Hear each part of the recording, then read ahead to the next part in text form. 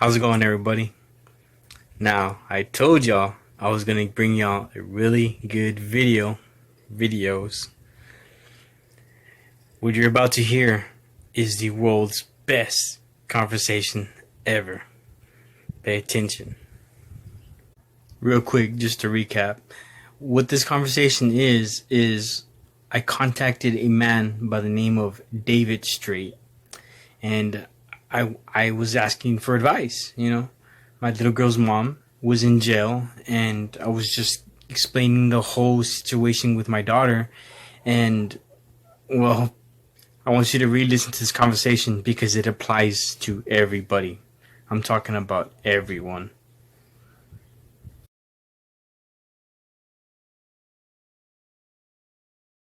The underlying facts here. Yeah.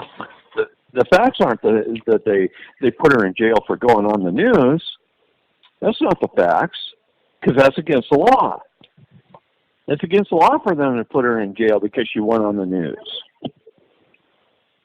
The fact of the matter is, they're criminals. They committed felony kidnapping because of the unlawful conversion of a Christian name upon a birth certificate.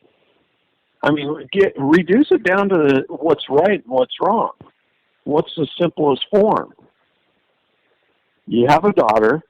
Your daughter had a birth certificate. The birth certificate created an entity, a person, a U.S. citizen, a resident, and that's what they're trying to prevent people from knowing. Okay, so the mother signed that birth certificate as an informant. The legal definition of the word informant is one who gives someone else up to another. Really? She went into a hospital that was considered a foundling hospital because all hospitals were designated as foundling hospitals in 1912. What is the legal definition of the word foundling? It's a safe place to abandon a child. So at 9 months pregnant, she went into a foundling hospital, which is a safe place to abandon a child, went through childbirth, was under duress, filled out paperwork that she was told, without any full and honest disclosure of the facts, was told that this is just to give your baby a name and to register its birth, when in reality it created an entity, a bond, an insurance policy, a security. It's got a custom number. It's regulated by the Securities and Exchange Commission. A Cesta QB trust was created, and the baby was bought and sold on the open market from then on. I see what you're saying. Like, I see exactly what you're saying. That's the issue. So because she signed the paperwork as an informant, she gave up title or equity to the child to the state. That's how they're treating it. That's why they can steal a child without any due process of law, without finding somebody guilty of a crime, without taking them to court. They do it because they believe they have title, when in reality, the only thing they have title to is a piece of paper called a birth certificate. That's the only title they have, the entity they created, not the real live flesh and blood that's the surety for the bond. Okay? They kidnapped the surety for the bond. So when you reduce it down to this simple, absolutely factual, ridiculous thing that they have done through fraud, that's how you get your kid back. No one has a greater right to your child than you do. No one has superior title to your uniquely created biological property than you do. I'll feel you on that. So that reduces them to kidnappers and child traffickers. That's what it reduces them to. First of all, the agency that took them is not part of government. They have no de jure authority. They're de facto, which means they're without fact. They operate through the consent of the governed, as all government does. I mean, let's be real here. You want to fight for them, this is how you fight. Okay. I'm telling you right now, this is how you do it. Okay?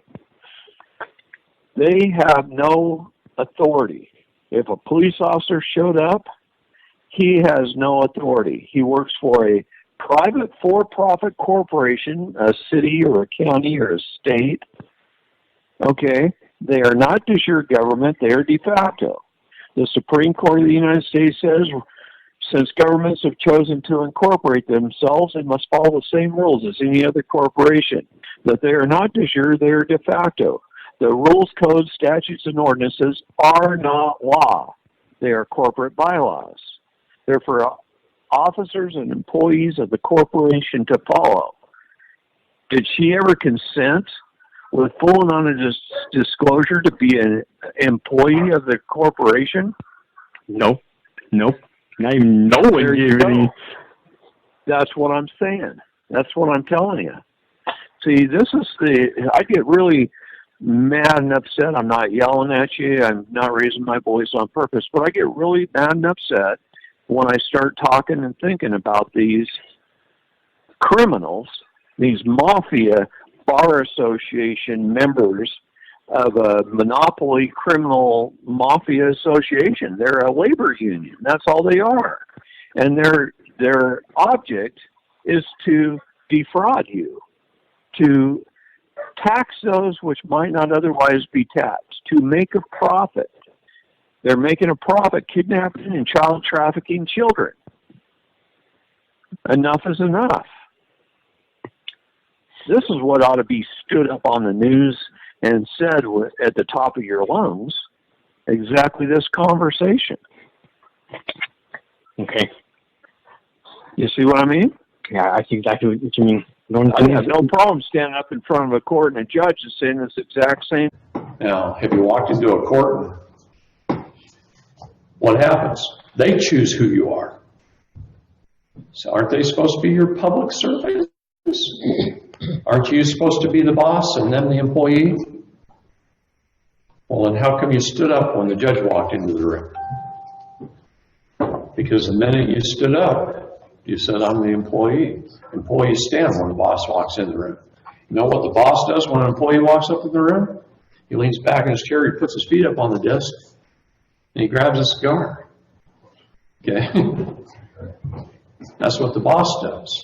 So the judge, he walked through the door from his chambers in the courtroom, the bailiff says, all rise for the Honorable Judge Paul Smith, and everybody stands up.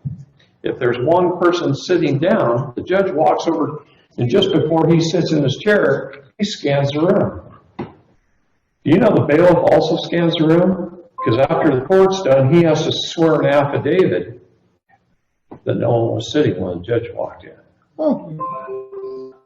Okay, he's the witness. Because the guy challenging his jurisdiction is the one that's still sitting. You stand up, you're automatically a citizen. They've got tacit agreement that you're a citizen. They have to get tacit agreement of 4 things. And they're going to presume it. Okay? First of all, it's all through presumption. Presumption, assumption, hearsay, and previously are the 4 most important words in the law, and they're not going to teach you that in law school, I guarantee it.